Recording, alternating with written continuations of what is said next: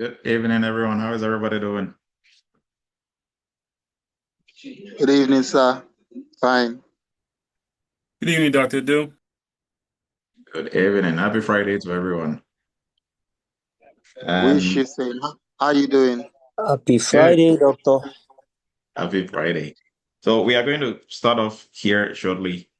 Tonight's topic, a very interesting one.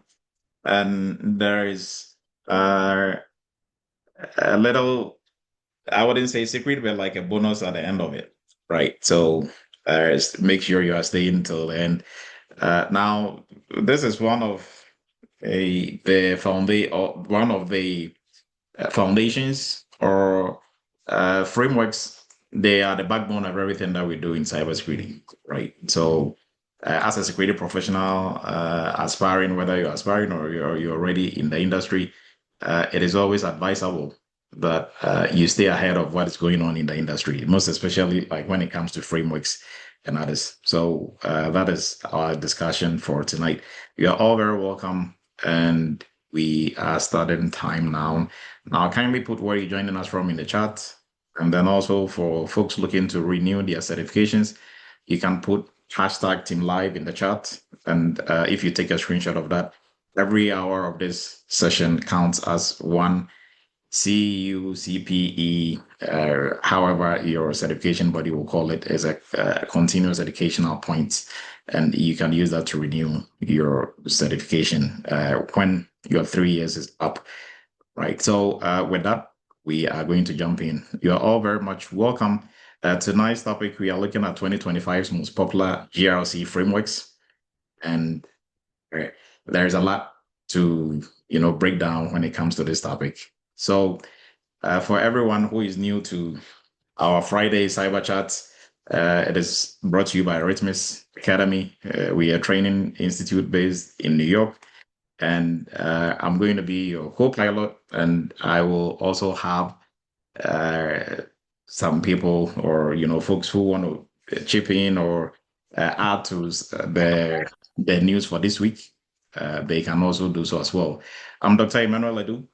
If you are new to the community, I'm the CEO of Arithmis Inc. and the founder of Arithmis Academy, a former professor at University of Maryland Global Campus, former United States Army captain, and then also a member of the Forbes Technology Council. And we do this every Friday night to help spread the knowledge and then also to educate, to learn, to grow as security professionals. So that is the main reason why we are organizing this every Friday night for free. Now, at Arithmis Academy, we are partners with CompTIA, authorized partners. And what that means is that we have a 20% discount for all our Arithmis family. So if you are joining us today for the first time, if you are part of the family and you're looking to sit for any of the CompTIA certifications, you can reach out and we'll show you how you get a 20% discount. Right. And then also, like I said earlier, if you've written any certification exam or you have any certification, every 3 years you have to renew. Now, one way to renew without writing the exam is to use continuing educational points, like what we are doing tonight. You are adding to your toolbox, you are adding to your knowledge and your skill as a cybersecurity professional. So an hour of this, 45 minutes of this counts as 1 point. So you can use that to renew your certification. So as many of these that you'll be able to get in terms of the screenshot, you'll be able to use that to renew your certification when it comes up. Now, we also have a WhatsApp group. The link will be posted. You can use that to join our WhatsApp group. And that way you don't miss anything going on when it comes to cyber chat our Friday nights, and then also all other cybersecurity happenings during the week. We are transmitting on YouTube, so you can also join us on YouTube. We are streaming live on YouTube, so you can join us there. And we encourage you to subscribe to our YouTube channel as well. And for tonight's topic, we are looking at 2025 most popular GRC frameworks. And before that, we'll look at our cyber news. So for cyber news, we actually looking at 3 different stories tonight. Android has a very important news for everyone who is using Android, any form of Android device. So maybe it's not your phone, but your TV. Most smart TVs are using Android now. So Android, they have a patch, a security patch that they just released. And this is for 84 vulnerabilities that have been identified. 2 out of the 84 vulnerabilities, they are active exploitable. 2 of them are active exploitable 0-day vulnerabilities, and the CVE numbers are listed here, right? So, and the rest are also high severity vulnerabilities. So everyone using Android, even if you've not had the updates, I think you can go to your updates in your settings and make sure you are updating your system. That way you don't fall victim to this active, the exploitable vulnerabilities that have been identified. So for today, we are not going to, do a little too much of digging into what 0-day vulnerabilities are and others. We've done that with other cyber news that bordered on 0-day vulnerabilities and CVE, CWE, and others, right? So next in the news is Salesforce. So Salesforce, one of the big giants when it comes to technology, cybersecurity, and everything that we do.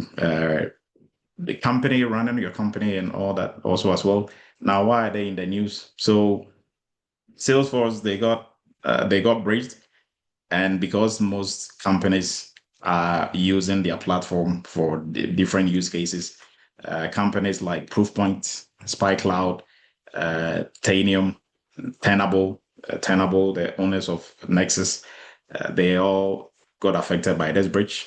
And so if you are using any of these platforms or any of these systems, you have to be on the lookout. Now, the attackers, they were able to exfiltrate, or they were able to, steal some of the data from Salesforce. And this data is for different companies and different end users that are patronizing Salesforce, right? So this is one of the news out there. Now, Salesforce, they do a lot of things when it comes to the security space, right? So that goes to show that nobody is immune. You just have to be extra careful and take your security hygiene very seriously as organizations, right? Now, the last one that we are going to be looking at, maybe some of you have heard about this news, but so Land Rover and Jaguar, UK-based company that makes the luxurious brands Land Rover and Jaguar, they also got breached.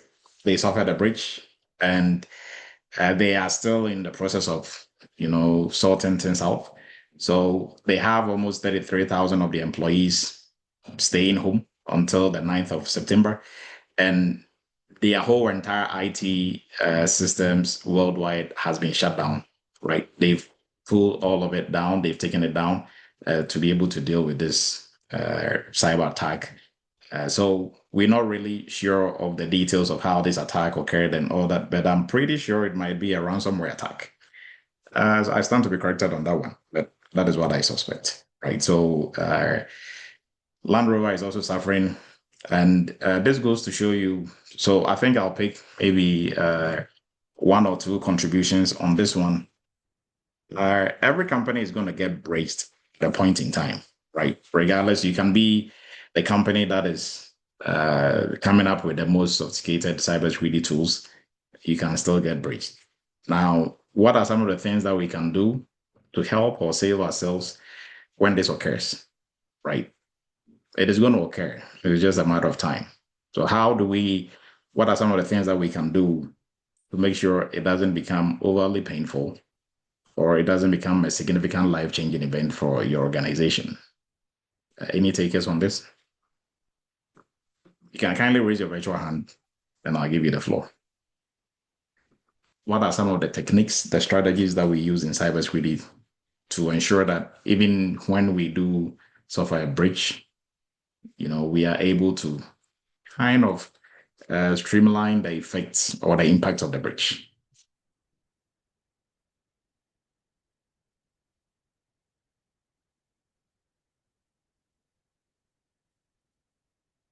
Anyone want to give it a shot? I know there are a lot of folks on here who at least will have maybe something on this one. Doc, Yes, go ahead, Bobby. yeah, I mean, we can do data backups. Okay. Yes, that is one. Mike, please go ahead.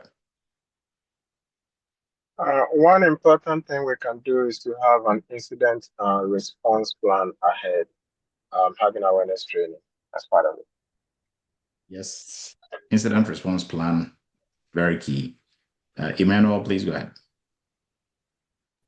Yeah, we can also segregate our network in such a way that if there's any attack, we can curtail it within the scope of the small chunk of the network instead of spreading around the whole organization. Okay. Okay. Yes, that is also part of the cybersecurity architecture and design strategies that we can use. Yes.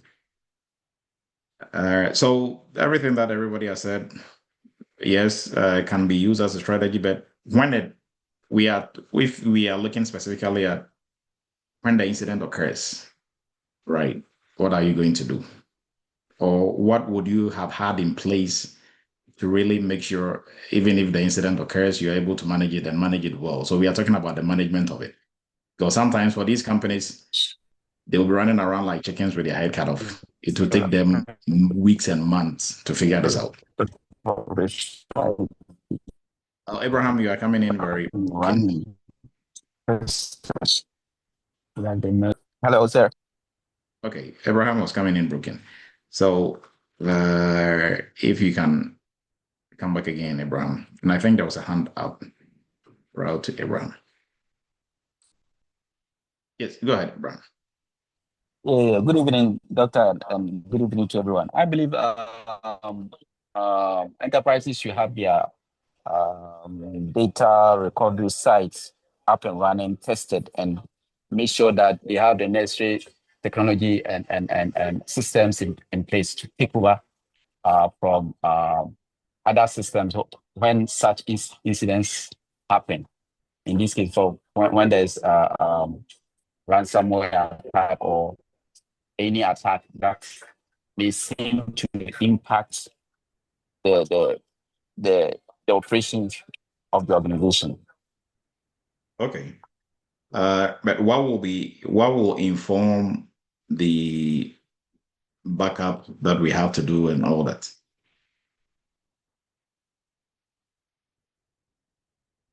I think there was, okay, so aside Abraham, there were two other. Is it like, Yes, go ahead, Angela. is Yes, it go like a BCDR program? You have your business continuity, disaster recovery planning. You do tabletop exercises.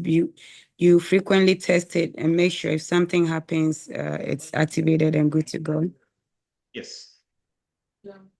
Yes, and I think Jacqueline also wanted to give it a shot, and then Ike. Yeah, good evening, everybody. Yes, I was going to talk about it's important that organizations should have tabletop exercises, check out the common form of attacks that are ongoing and have a proper tabletop exercise, and of course have a plan for that as well, and actually mimic them and go through the entire exercise. So the entire organization should be aware of what to do when such incident actually happen. Okay, thank you, Jacqueline. And yes, Jacqueline, Angela, right on the money. Ike, please go ahead. Okay, I want to give it a shot. So in this instant, the breach have already happened. So what we would do is go ahead and look at how the breach happened, what was taken. Okay, because let's say it happened, we isolate whichever system that was affected. So now, how did it happen? What were they able to get? And that way, we go ahead and record it in our risk register, follow up, make sure that is fixed. Then after that, lesson learn, and make sure that it doesn't happen again. So that's what we can do. Okay. So thank you for that. George, please go ahead. Hello, good evening, everyone. Good evening, Doc. I think my brother Ike B said it all. Immediate response, containment, eradication, recovery when incident has already happened. So to sum it all up, I think my brother Ike said it all. Thank you. Okay, thank you. And Oluwashina, please go ahead.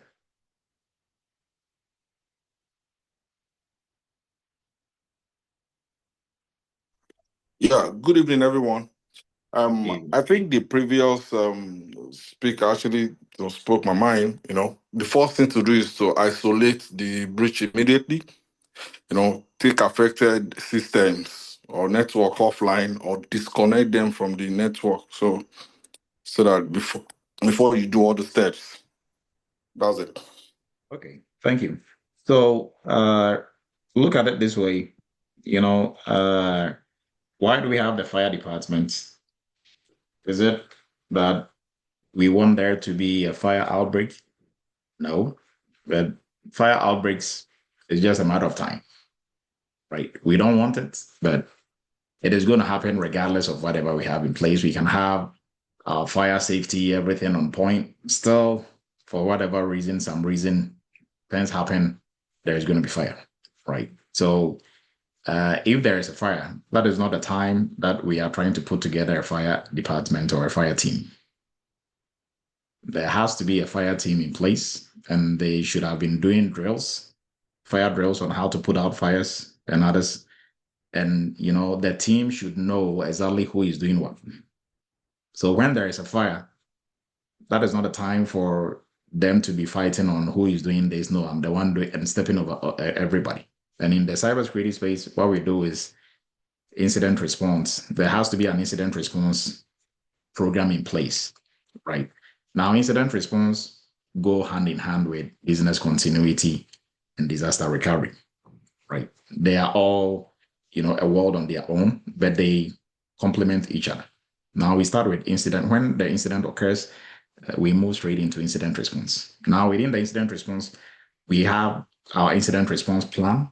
Now, it's to start with a policy, obviously, and then we have the plan, and then different SOPs or procedures, and then we have, it breaking down all the way to guidelines and things that we use. Now, within our incident response policy, it will speak to the incident response plan and then also speak to setting up an incident response team. Now, the incident response team is similar to your fire department, right? The fire team that will go in one track to put out the fire. So that will be kind of your incident. Now, the incident response team will be a little bit more in terms of, personnel than folks in a fire track, but the point kind of is the same.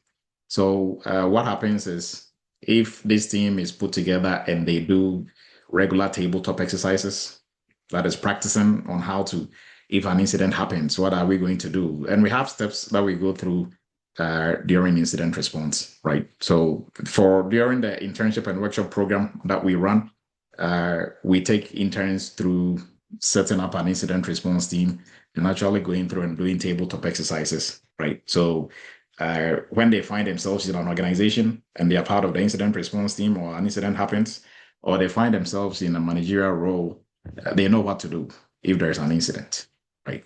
So Gabriel, please go ahead before we move on.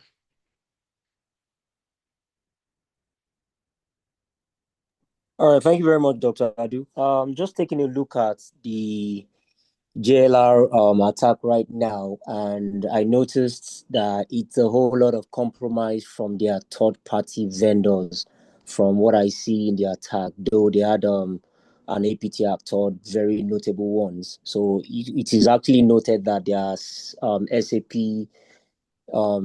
third party which they use for their systems that was it actually had some vulnerability that was exploited, and the same thing as well for what's it called, their their Altasia and Jira. The Jira project management tool that they use also had vulnerabilities that was exploited. So that's actually the key chain that was actually used by the threat actors to get into most of their system. And as it is, majority of their operating systems were actually hacked. Production plans, other project management systems, their source code and development logs, all of those were compromised. So in this instance now, the thought I have is for an organization of this magnitude to suffer this gravity of attack. It has to be from an APT, from the APTs that were listed right here. They are really big APTs that just not a script greedy would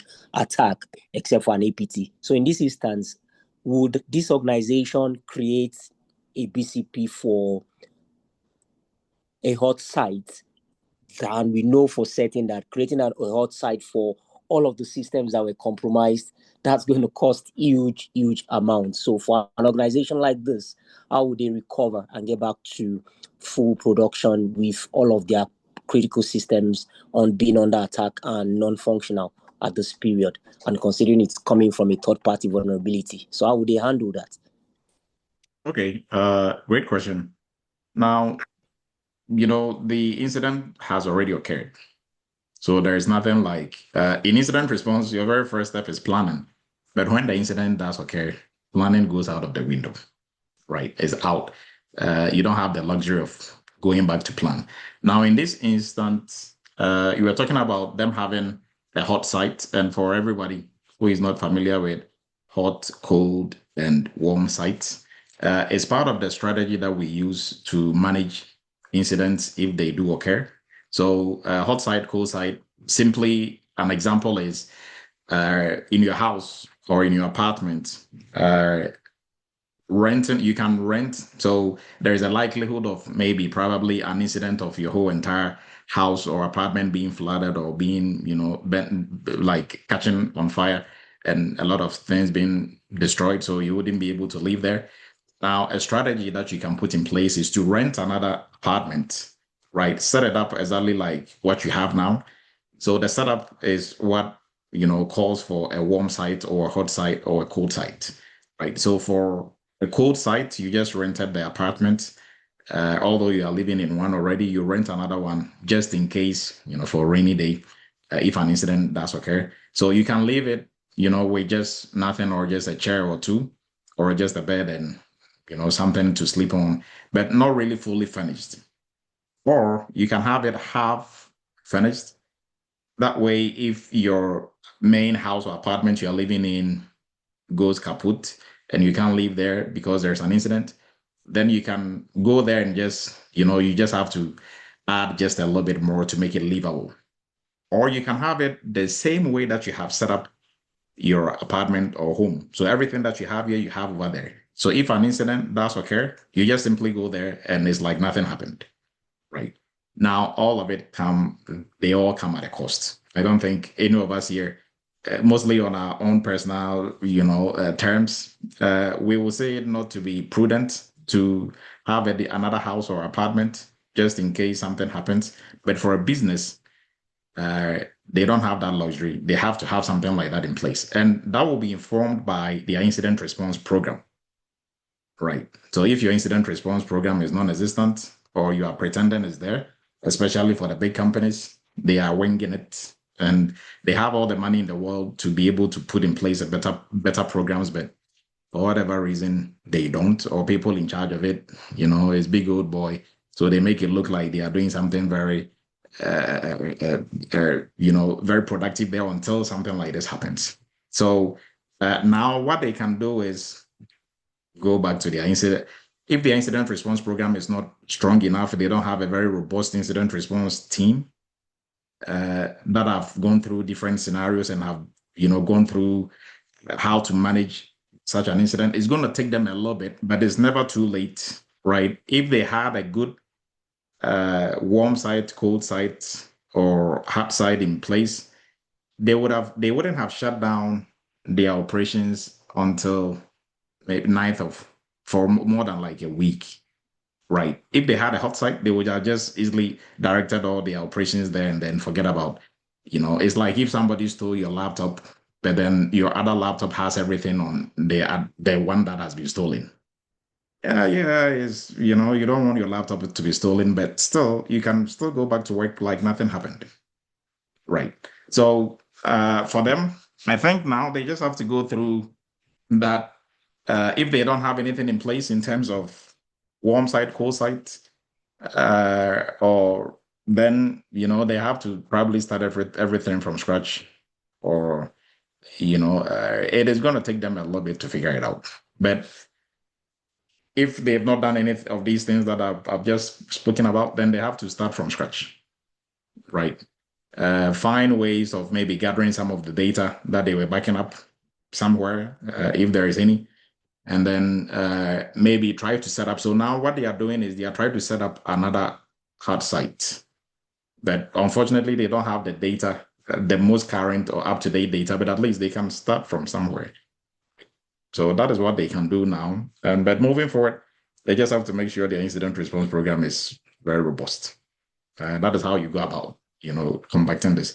So if anybody has, if anyone, want to contribute to this, they can also do so before we move on to our list. All right. So thanks for bringing that up, Gabriel. Moving forward, we are going to look at our list pretty shortly. Now, our Labor Day sale is still going on. Our 20% off is still going on for all our courses. And tomorrow, come help celebrate. We are inviting you to come and help us celebrate our May 25 interns for the hard work that they've put in for the past 3 months, working on different cybersecurity projects, including incident response, tabletop exercises. So we cordially invite you to join us tomorrow morning at 10 a.m. Eastern to help celebrate our interns. And we run through the catalog of courses that we offer. For anyone looking to start off in the cybersecurity space, you are totally new to IT, new to cybersecurity, even if you have some IT background, a very good place to start is with our cybersecurity entry-level course that comes with everything that you need to be able to start working as a cybersecurity professional, right? So the training, taking you through all the basic fundamentals, all the way up to intermediate level knowledge and skill, moving you into hands-on working with tools, moving you into the internship where you work on different security projects as well. And then you also get the opportunity of working on your resume and interview prep and all that. And for folks who've already you've gone through some training elsewhere, you've completed cybersecurity master's degree, bachelor's degree, but you really know you don't have the real world hands-on experience, the hands-on to be able to work anywhere. We encourage you to look into our GRC and internship workshop, right? So this program you are going to get to work on real world security projects for 2 of our sister companies. And you work on projects like conducting an audit, conducting risk assessment, conducting third-party risk assessment, incident response, how to conduct tabletop exercises, awareness training, governance, working on policies, procedures, right? And here you are learning by doing, right? So this is not where you're going to be memorizing stuff, but you're actually doing, right? So if you are liking the hands-on, you can learn cybersecurity or you won't. If you've never done anything, you've never done anything, right? You can go to interviews and talk your theory. It might get you the job if people interviewing you really don't know what they are doing. They might give you the job, but on the job you cannot talk your way out of the job. You have to actually do it. Right? So, and then also for folks already in the security space, we encourage you to look into our cloud security program, cloud security professional, cloud security specialist program. This is also very hands-on. You are going to be working on a lot of cloud projects with AWS, Azure, and Google Cloud. It's vendor neutral. So we look at the 3 major cloud service providers out there. And then also for folks who are now AI is anything, AI everything, right? AI is gradually becoming part of the job description for most cybersecurity roles. So it behooves you to jump ahead of the AI curve. Our AI governance specialist program will help make you the AI GRC expert that you need to be able to function in the security space in the next 5 years and beyond, right? So look into this. This also comes with internship where you're going to work on different AI projects, conducting AI audits, AI risk assessment, and others as well, right? And then our ultimate PCI DSS payment security compliance. This is for folks with already in the security space or already in the IT space who have some extensive IT background. This is arguably the most lucrative niche in the cybersecurity space. And most folks on here who've gone through PCI and are working, we can point some of them out to you. Some of them are making our highest paying students making 250 plus, they are from the PCI class, right? Now, our graduation, again, we encourage you to join us tomorrow to celebrate our interns. And the WhatsApp link is going to be posted.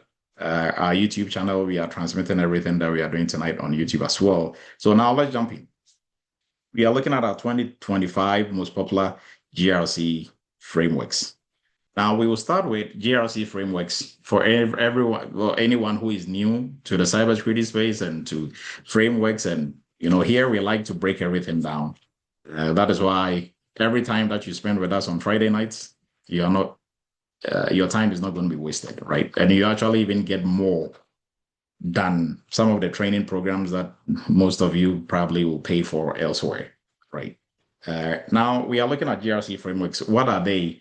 And we cannot speak about GRC frameworks without breaking down GRC itself. So GRC, for folks who are new to this space, represents governance, risks, and compliance, right? So when we talk about GRC frameworks or frameworks in general in the cybersecurity space, they are structured approach of how organizations, so limiting ourselves to GRC, how organizations are going to manage their risks, their compliance, and their governance, right? So how they are aligning GRC with organizational efforts or the objectives of the organization, right? Now we are going to break this even, down further, and we will see how GRC frameworks help us align GRC itself with organizational objectives, right? For accountability, efficiency, and also making sure we are in compliance with any framework or regulation that is out there before we look at our list, right? So for governance, everybody on here, if you are new to this space, governance simply how we govern everything that we do in the cybersecurity space or information security space. So it is not outside what we do for governance within the organization itself. Cybersecurity governance or information security governance falls under IT governance, which also falls under the overall business governance for the organization, right? So it is part and a very big part of the company's business governance, right? So governance simply referring to how the business is controlling and directing everything that it is doing in the cybersecurity space, right? And mostly what we do is we try to align the cybersecurity or information security governance with the organizational governance because it falls under the organizational governance or business governance for the organization. Right? So mostly governance falls on the lap of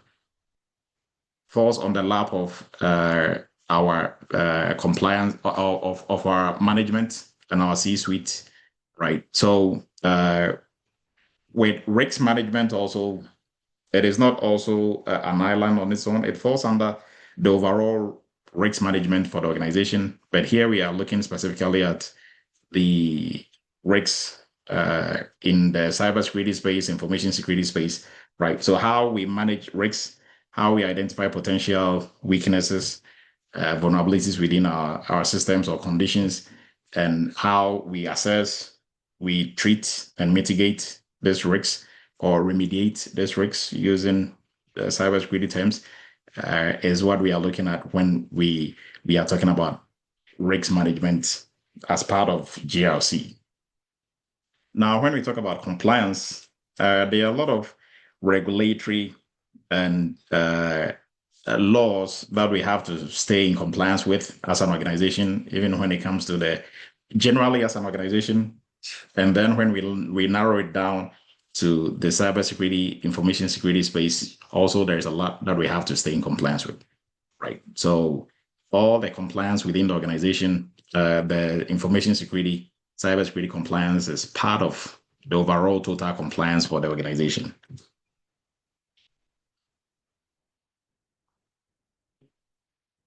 Now, with that out of the way, how is our GRC frameworks, helping us achieve what we need to achieve for GRC, right? So how do we bring it all together or bring it all home? So our GRC frameworks, and the frameworks are Mostly we call it set of best practices, right? Or list of maybe our to-do list. We will we can look at it that way. Sort of list of things that we have to do to ensure that we are staying in compliance with GRC. So when we will look at some examples, and then we'll look at the top GRC, top 2025 GRC frameworks, right? So these frameworks, they provide a structured approach, right? And the reason why we have these frameworks, some of the reasons include one, to eliminate any ambiguity and then also any conflict. Because within the organization, if I ask you what we have to do to make sure we are practicing best GRC hygiene, right? We all have different lists of things that we will bring up, and all of it might be right, but really what is informing and what is shaping what we are doing. So it has to be structured. That way we can align that with organizational compliance, with organizational risk management, with organizational governance, right? So when it comes to GRC, they are kind of intertwined. We can't do one without the other. You can't work on governance without bringing in risks. We can also do that without, bringing in compliance. So these frameworks, they help us to really unify everything that we do to make sure we have a common approach to what we do for GRC in general, right? So jumping into some of the benefits of using a GRC framework, and we are going to be looking at some of the frameworks here shortly. Transparency, one, everybody, we understand our responsibilities, our roles and responsibilities. Efficiency, right? Reducing duplication of work and also any ambiguity in terms of who is doing what and not stepping over each other. Agility, so helps us to move faster and then also adjust to crisis. Example, the incident that we looked at, the breaches that we looked at during the news, the cyber news that we just looked at, right? And then accountability, easier to track issues, and then also audit and performance metrics as well. Now, are GRC frameworks mandatory? And that's a question for everyone. You can raise your virtual hand and answer this. Is it mandated by an organization to follow a GRC framework?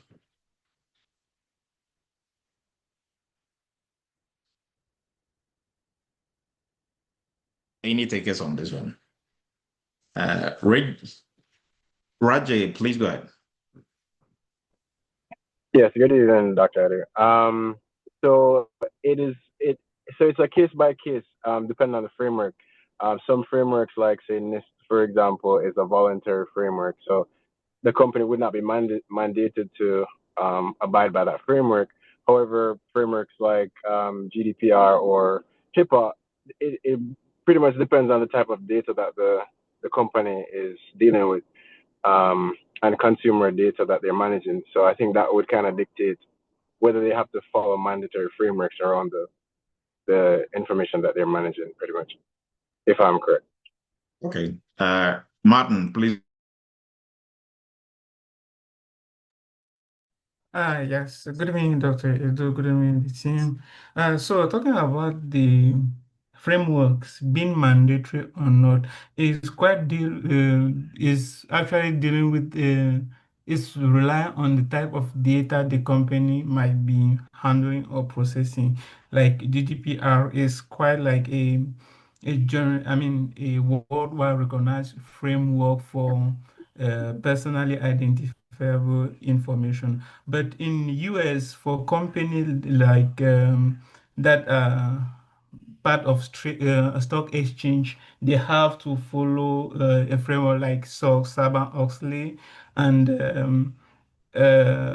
yeah, these are some of the uh, things that can make some framework being mandatory to some organization depending on the type of data they handle and also depending on the type of uh, I mean customer or third party they want to work with, because some of third party asks their client or their business partner to be certified ISO 27001. And so it quite depends on the type of data, on type of business you are dealing with. Yeah, I think that's my contribution. Okay, thank you. Angela, please go ahead. Yeah, I think what he said kind of, I'm thinking in the same lines. So in addition to what he said in the previous person, I think it depends on the industry in which you operate or your field of operation. So someone previously mentioned NIST is just a guideline, but if you are a government agency, it's a guideline, but when they are being audited, I think NIST is the recommended guideline they're supposed to follow. So it is not it is not like mandatory, but it is in a way, because if you don't use that, they're kind of going to review or audit you based on that. So you have to have justification for not using it. So in essence, if whatever the framework is backed by law, if it's the regulation backing it is from Congress, like there's an act, like the Sarbanes-Oxley act someone mentioned, or like FISMA and stuff like that, those are the law, and the law in turn kind of gives it the backing. So if it's a law, then it's mandatory, because then there is penalty, or there is if you don't, either you are following it or you're breaking it, and there are consequences. But if it's not the law, you're in a field where you are not under, or you are not obligated to comply by that regulation, then you can treat it as best practice. It's a guideline, it's a recommended, framework, or you can feel free to pick and choose and all that. For instance, I know the card industry, I think I don't have I mean, you know better, so if I'm wrong, correct me. I know that PCI DSS, it's recommended. It's not you cannot compare that to something like GDPR, but it's in your best interest if you take card to do that, because then you win your clients' trust or customers' trust, because they know that you are following that and you're following proper procedure. So it is not mandatory, but loosely we can say it is mandatory, because if you do it, you get more business, you can get more contracts with other bigger companies and all that. Thank you. Okay, thank you. Charles, please go ahead, and then we will move forward. Yeah, thank you, sir. So I thanks all the participants they say most of the stuff I'm supposed to say, but I want just to keep easy to understand. Let's think that business is like a house. If each house need a basement, yes or no, it depends. Most of the houses in New York where there is cold, they have a basement, but here in Texas, we don't need basement. But all the house they need roof, because if you do not have a roof, you don't have a house. It's the same thing with the company. We have some frameworks is mandatory for all company. We have some frameworks it's only for any kind of industry. If you're not on that industry, you don't need to follow. Like IPA is usually for the people who they are in medical or health industry. If you do not, you are now in those industry, you don't have to follow. But even though following HIPAA is good for all industry, but you're not mandatory because you are not in that industry. So there is some frameworks which it's for everybody. There is some frameworks which just specific for the industry and the type of the company. Thank you. Oh, thank you, Charles. And I like Charles's example that he gave with the roof and the basement. That's a good one. So we are going to now jump into it to see whether we are mandated or it is only nice to have. But before we do, kindly give me a second.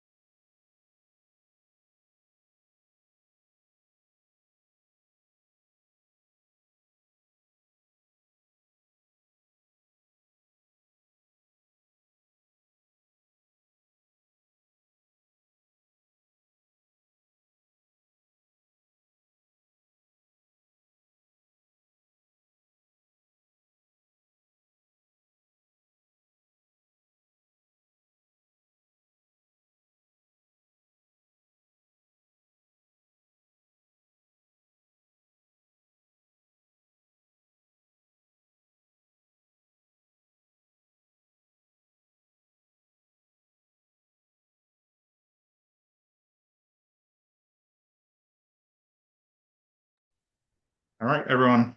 Sorry for the little wait. So before we jump into uh, whether frameworks are mandated or not, I just want all of us to keep this in mind. So when it comes to governance, right? Cybersecurity governance, information security governance, and the G part of GRC.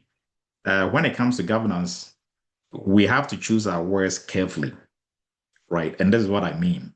And reason why we have to choose our words carefully, and I think Gabriel put this in the chat, because under governance, we have a list of documentations, right? And these documentations, they have names. That is why we have to choose our words carefully. Now, the names, we start with policies, standards, procedures, then we move all the way down to guidelines, baselines, right?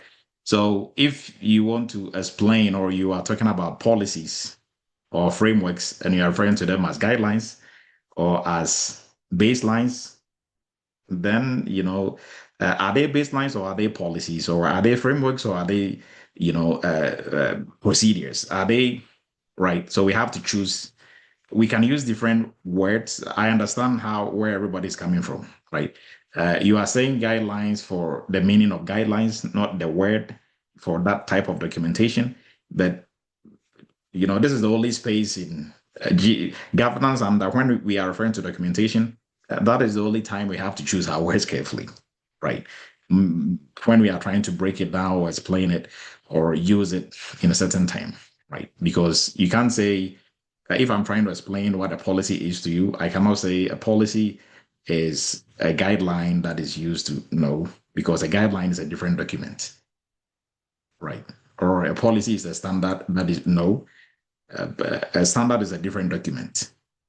And policies, we have other standards that come out of the policies. We have procedures that come out of the standards, right? So just something for everybody to put in their toolbox. Now, with that out of the way, I think how everybody was explaining this, they were almost getting to the same point, right? And before I do, Gabriel, go ahead, and we will jump into the mandated and the non-mandated frameworks.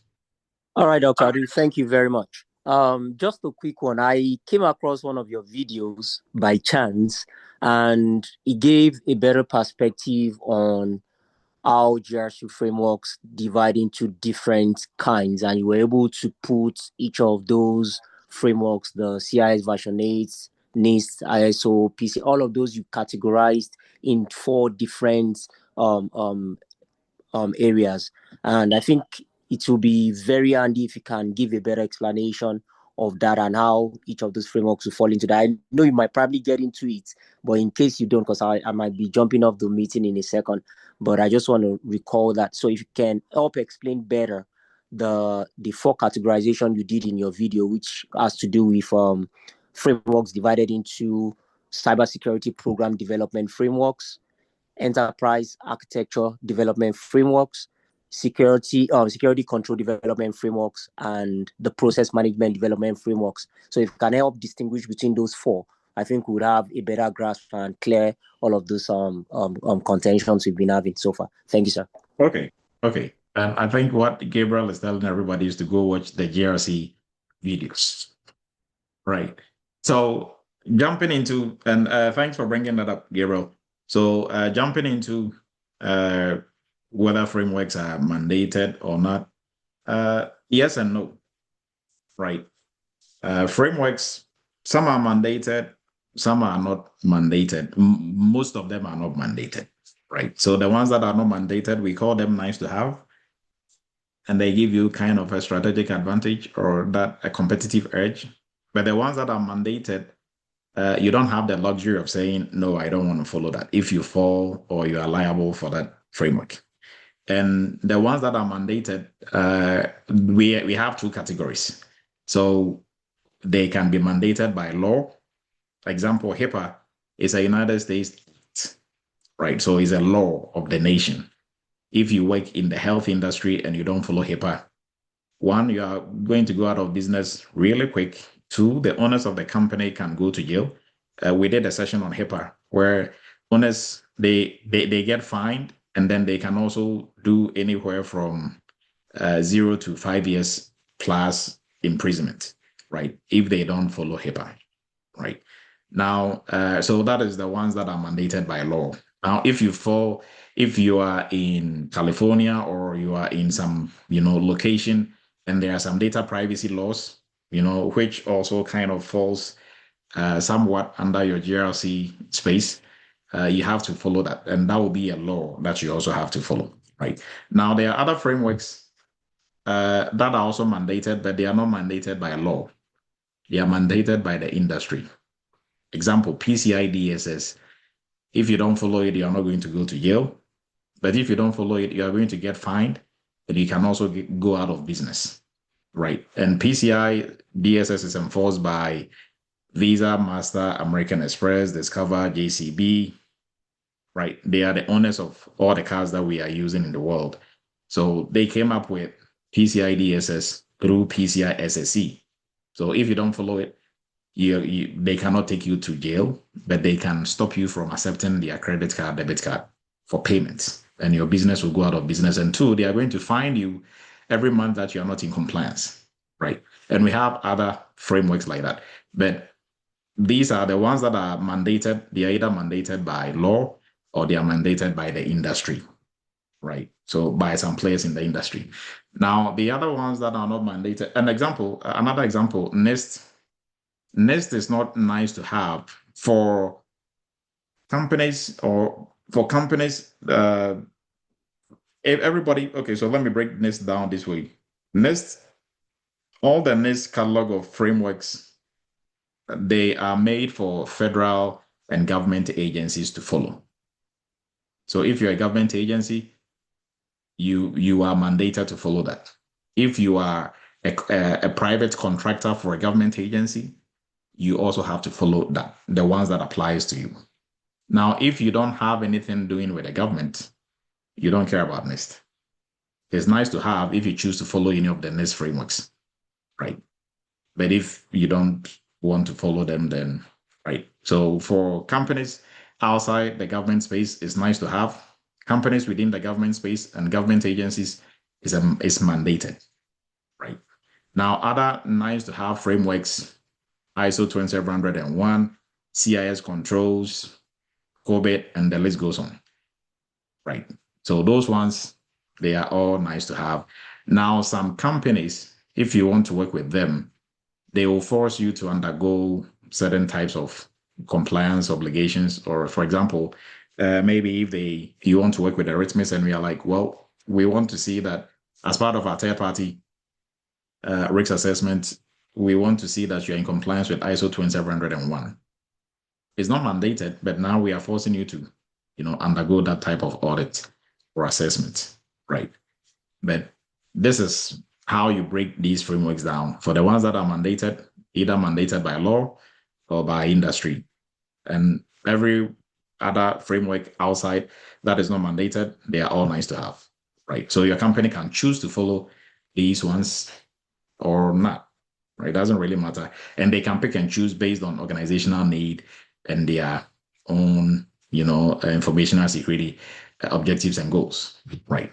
So with that out of the way, now for these frameworks, the ones that are mandated, example, for those in the financial institution, health service providers, publicly traded companies, they have COSO and SOX and others, right? And government contractors, NIST, other frameworks for payment, not just payment processes, but for companies who are accepting credit card, debit card for payments, they also have to stay in compliance with PCI. So there's an example of some of the ones that are mandated, right? And then we have the ones that are nice to have. So nice to have, you can choose to use or not.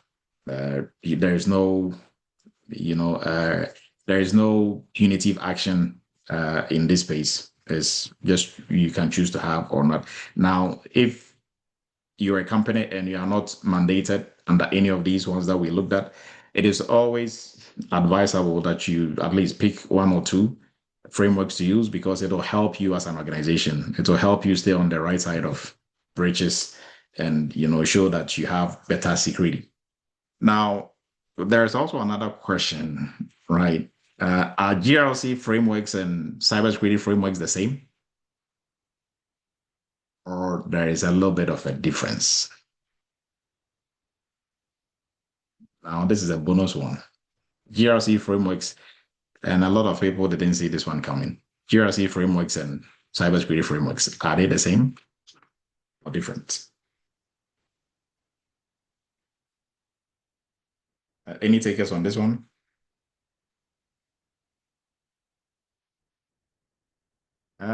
Charles, please go ahead. Thank you, sir. So it's kind of tricky, but I would say that GRC is part of cybersecurity.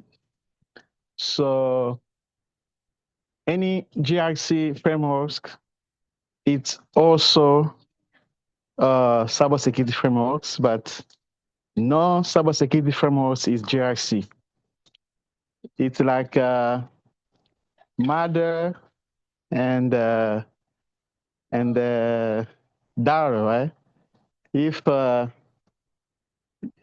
you are like a grandchild, you are linked directly to the mother, but to the grandma, you have to pass by the mother. So cybersecurity is big. GRC is son of cybersecurity because GRC is in the cybersecurity.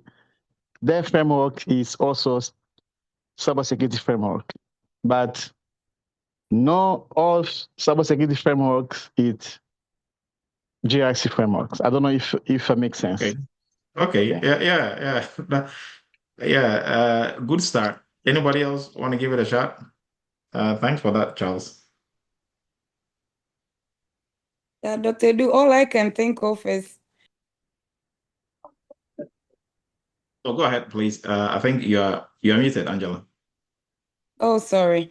I was saying that this is a very tricky. I'm interested to see how you explain this, but I think going in the same lines that he said, GRC framework will definitely be a subset of cybersecurity framework, but we definitely know the GRC frameworks. But then I'm thinking, so what are cybersecurity frameworks other than the GRC ones we know? And nothing is coming to mind. So I'm curious to hear what you have to say. Okay, good one. Emmanuel, please go ahead. Yes, just like the previous person said, it's kind of tricky, but I think by the word cybersecurity has to do with information security management that has to do with cyberspace and other things. Then the GROC, in my thought, goes beyond the cyberspace, goes to organizational goals, insights, business management, and all of the above. I think a cybersecurity framework should be an embodiment of GRC frameworks.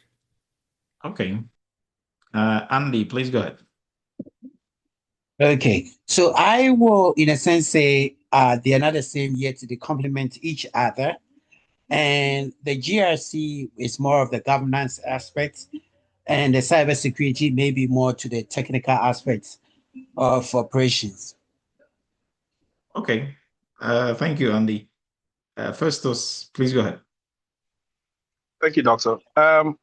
So GRC is broader, like the other speaker said. Cybersecurity is a subset of GRC. So under GRC, you have cybersecurity, you have finance risk, and then you have a whole other risk as well that pertains to the business. So cybersecurity is a subset of GRC. Thank you. Okay. Festus, George, please go ahead. Yeah, Doc, the short answer is no, they are not. GRC more to do with strategic discipline that defines how organization manages its overall security posture. It has to do with risk and governance and compliance. But cybersecurity frameworks like NIST ISO 27001, CIS controls are just tactical tools that set the best practices to be used as an organization. That's what I would say. Okay. Paul, please go ahead. So I would like to say that cybersecurity has to do with digital security. That's when you have a framework that has to do with your digital assets. But GRC framework, in this sense, will be more of information security framework, which is broader. When you're talking about information security, you're talking about cyber security, you're talking about everything that has to, it could be your physical security, because when you're talking about governance, risk, and compliance, risk, for example, when you're doing risk for digital security, you are doing risk assessment for something like your physical security. So the frameworks will be broader. Cybersecurity framework would be a subset, would be inside GRC framework. That's my thought. Okay. Thank you. Thank you everyone for your insight. And I think okay. So there are some inputs in the chat also as well. So what everybody said is right, but I just have to make some not all of it, but I want to make some corrections before we move forward. Cybersecurity is not a subset of GRC. It's the other way around. Right. And mostly when we say cybersecurity, is a bad practice of referring to information security, which technically they are not the same, but in the industry, when we say information security, cybersecurity, kind of referring to the same thing, but not technically, it's not the same thing, right? But even if we just stick to just cybersecurity without even information security, GRC is a subset of, is a niche within cybersecurity, not the other way around. Because cybersecurity goes beyond GRC. And when we want to look at the different niches within cybersecurity, GRC is one. We have SOC space. We have our forensic space. We have our pen testing space. Now, if we look at it from the workforce framework by NIST, cybersecurity has 7 major categories or 7 broader, areas.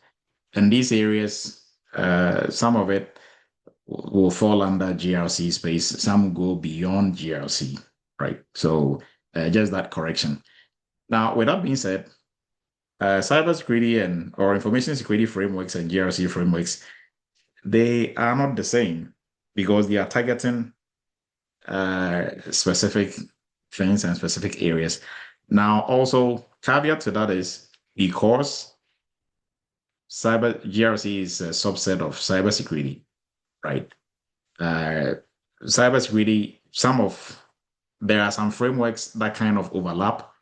They fall on both sides. If we do the list, some frameworks will fall within GRC frameworks, it will fall under cybersecurity frameworks as well, right?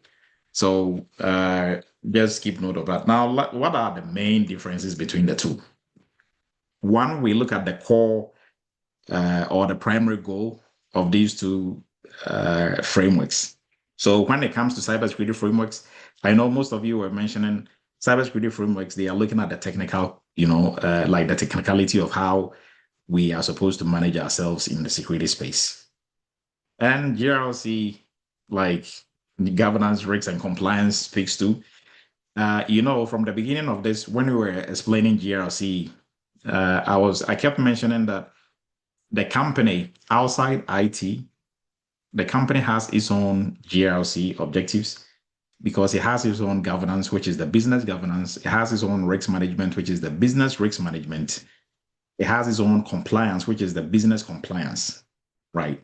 So they have SOX, they have their financial compliance, they have their auditing compliance also on the financial side. And all that has nothing to do with cybersecurity or information security. Right. Now, everything that we do in information security for GRC, governance, risks, and compliance, they have to fall in line with overall organizational objective or goals for their business GRC, right? So our GRC frameworks, the focus is still not going to change. The focus is on, or the primary goal is on guiding us to align the cybersecurity, information security, governance, risks, and compliance niche with to support the overall organizational strategic goal, right? So now let's take it one after the other. So for cybersecurity frameworks, the focus is on technical controls, threat mitigation, and we are looking at overall how to protect our network systems and data, right? Now we can also argue to protect our network systems and data. We are also doing some risk mitigation and all that, but the cybersecurity frameworks look at it broadly.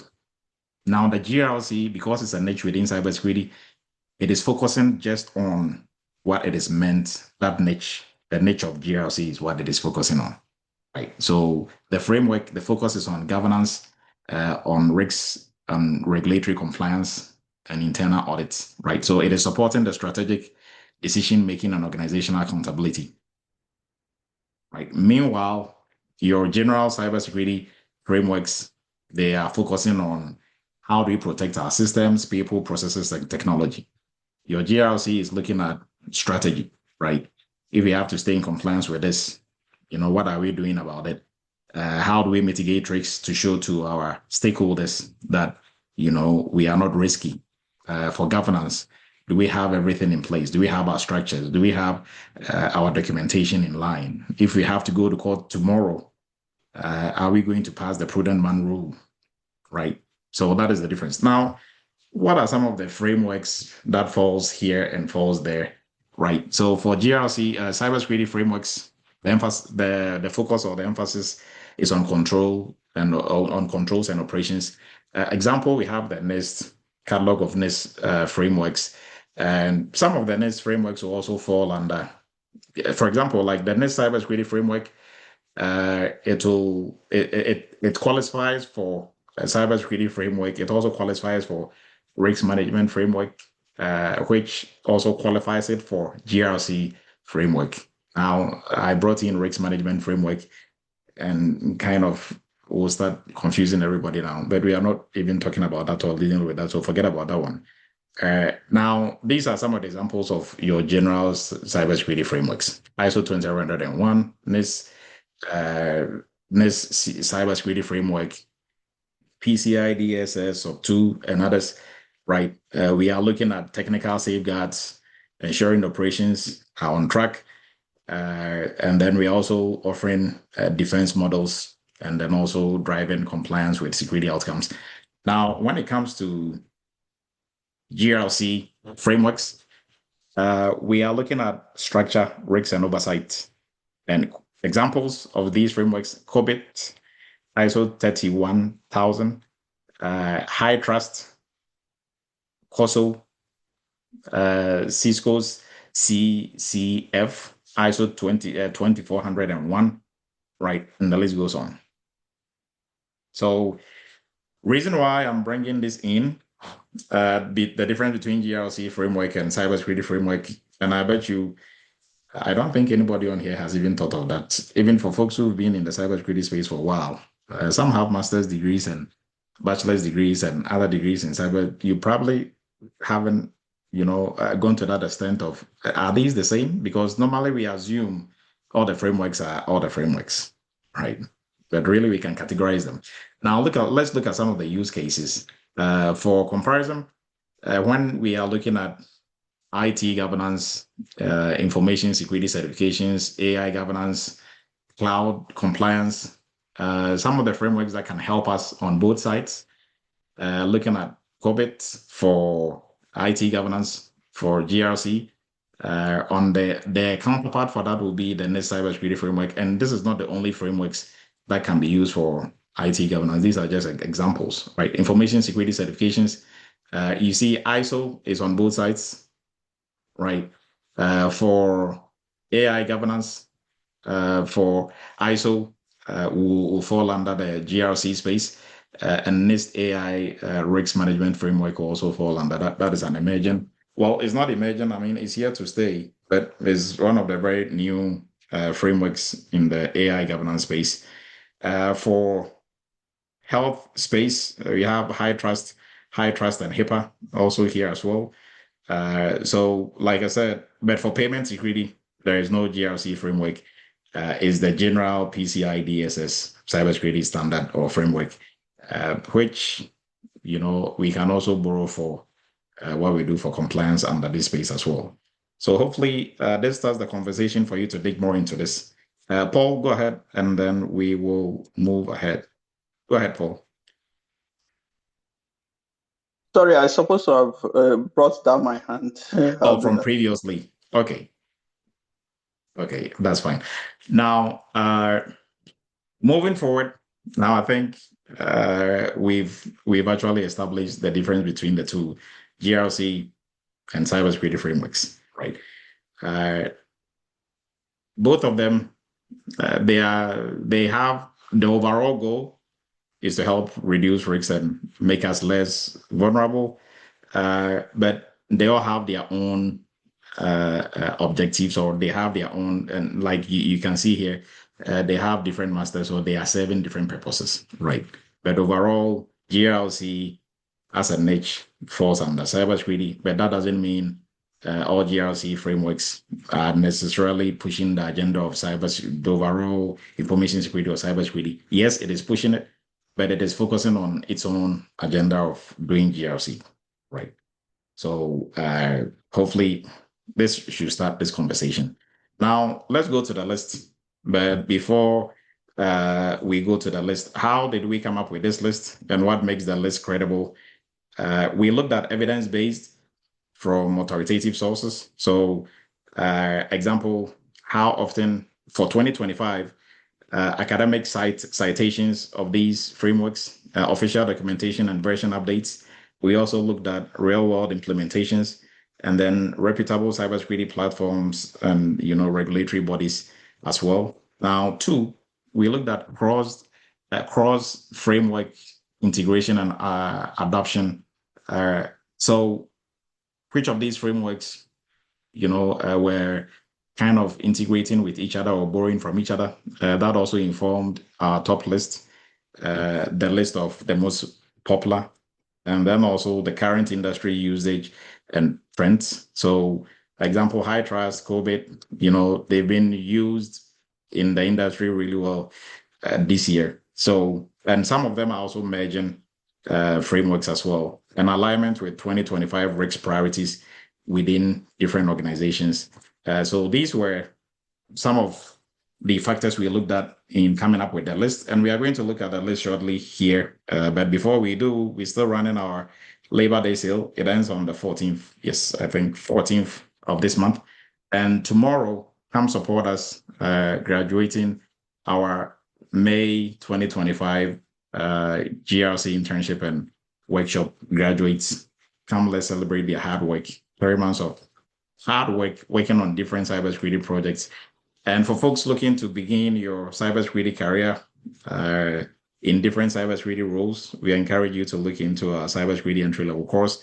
This course will get you from where you are to where you can start working as a cybersecurity professional. Everything included, your hands-on training, the training itself, taking you from scratch, making sure you have the background, and then also making sure you are working on some projects as well, right? Kindly mute yourselves. And then we move into the internship and workshop. Now, the GRC workshop, the tentative date for the new GRC workshop is on the 4th of October. So for everyone on here, if you like the hands-on experience working on different cybersecurity projects, then we encourage you to jump onto this. In the cybersecurity space, employers are looking for what you can do, not what you know, right? Yes, what you know is a good place to start, but what can you do? So if you have a bachelor's, a master's, you have 4 or 5 certifications, and if you are given the role today, you wouldn't be able to do it, then jump onto this program. Now, some people think on the job, they are going to train you, so teach you exactly what to do. And ask yourself, if are you going to employ a driver and teach the driver how to drive? It doesn't work that way, right? So they are not employing you to pay you six figures only to teach you how to. Then they might just bring their own relatives and teach them how to do the job and pay them, right? So you have to go in there already knowing what to do. They will orient you on the tools and some of the things they do, but not to teach you how to conduct risk assessment, how to do tabletop incident response, how to do incident response tabletop exercises, how to, review policies. They're not going to teach you how to do that, right? So this is the place for you to come and learn, and then also you work in groups, so you are building your soft skills as well. Now, cloud security, all security folks, you should be able to move in the cloud. And if you are totally new to the cloud, but you're in the security space or you are trying to get into the security space, we encourage you to join our cloud security program as well. And then AI is the new role that is being added to cybersecurity roles. So you don't have to wait till you get an AI cybersecurity role before you come running into this program. We encourage you to look into this. So if you finish with our internship, you finish with any of our courses, you can jump into the cloud security or the AI program as well, right? And then our big specialty area, this is also a niche within GRC, our PCI DSS or payment security compliance. This is arguably the most lucrative niche within the cybersecurity space. And if you are looking to specialize in the security space, we encourage you to look into this program and join this program, right? And our graduation, we'll be expecting everybody here tomorrow morning, 10 a.m. Eastern, to come celebrate our interns. Our WhatsApp group link will be posted there. We are also transmitting live on YouTube. Now let's look at our list. So reason why, as we were prepping these slides for tonight's presentation, I'm the one who brought in the cybersecurity frameworks versus the general cybersecurity, the cybersecurity frameworks versus the GRC frameworks. Because when I saw the list for the GRC, the most popular GRC frameworks, I was like, I think a lot of people are going to say, this is not it. This wouldn't really be usually what people are expecting. And rightly so, because most people think they don't even know there's a difference between GRC frameworks and cybersecurity frameworks. Right? So that is why I brought that up first. So when you look at that, now you have a better appreciation of the list that we are about to show you. Right. So first on the list is high trust. Right. Now, it will have surprised everyone that we will go through this list and probably they wouldn't see NIST cybersecurity framework or PCI or HIPAA, right? But now we are looking at GRC frameworks. So high trust is first on the list, is used within the health industry and beyond, right? It goes beyond the health industry. And reason why high trust has gained a lot of momentum this year is that they've come up with an AI version of high trust as well. So AI specific, version, right? So that is why they are on top of the list. So if you are not very familiar with high trust, we encourage you to dig into this. And for the frameworks, you are never going to be able to master all frameworks before you get a role, or even for those who are working already on here, you are never going to master all the frameworks. Nobody in cybersecurity will ever be able to master all the frameworks. So, but at least if you know one or two frameworks, if you are going to interviews, you learn as you go. So if there are some frameworks listed, they have 5 or 6 frameworks on there, don't think you are not qualified for that role because you don't know all those frameworks, because you are never going to know all those frameworks. You just have to be able to speak intelligently about at least the ones that you don't know, and the ones that you've worked with, you'll be able to speak much more better about them, right? So what employees are looking for is, one, at least some frameworks and you are trainable, right? So first on the list, high trust common security framework. Now the next one is COBIT 2019. So this is the 2019 version, and it's the latest version. I'm not sure if they have a latest version that I stand to be corrected. Probably they're coming up with a new one. So this is also on the list, and it's being used really well in the GRC space. And this year, it's been one of the most most used or most popular GRC frameworks out there. Now, next is ISO 31000. This is risk management standard, kind of similar to your RMF type of framework. Now, this has also been used really well this year. Most organizations use this now. Organizations and all these three, right? So far, the three that we've looked at, they are not mandatory, right? So you are not obliged to use them. It's nice to have, but some companies will require you to have maybe ISO 31000 certification or COVID, certification, depending on whichever company you want to work with, but they are not mandated by any means. And then ISO 20701, you might be saying, but this is general cybersecurity framework. Yes, it also falls under the GRC space. It's one of the frameworks that you see it on both lists, right? So this is also not mandated, but it's nice to have. It's one of the pioneers, in the cybersecurity framework space. Now, next on the list is your next cybersecurity framework. This also is on this list, is on the general cybersecurity list as well. And also, when we look at risk management frameworks, just risk management, not GRC, you will see next cybersecurity framework on there as well, right? So everything that we are doing tonight is just to start the conversation. The next, we are looking at emerging and AI-related frameworks. Now we have ISO 42001 that they came up with that in 2023, and then also there are AI RMF by NIST, also one of the emerging ones that we can kind of safely, slide it under here. And there are other ones in this space also as well for emerging and emerging relevant frameworks and AI frameworks as well. Now we have CISO's Common Control Framework. This is the CCF version 4.0. This is also one of the most used GRC frameworks. So I know most of these frameworks, maybe with the exception of HITRUST, some of you might be familiar with HITRUST and others, but others, the list that we've gone through, I know most people, even for those who've been working in the industry, you might not be overly familiar with them, but this is, like I said, to start a conversation, right? So we are here every Friday night to learn and to grow. So now we are going to look at a list, a counter list for popular cybersecurity tools. And this is the bonus for 2025, right? At least just to have a better appreciation of both sides. So the first one that we looked at was for GRC. This is for mainstream cybersecurity or information security frameworks. So first on the list is your NIST cybersecurity framework. And, it also doubles as your GRC framework, right?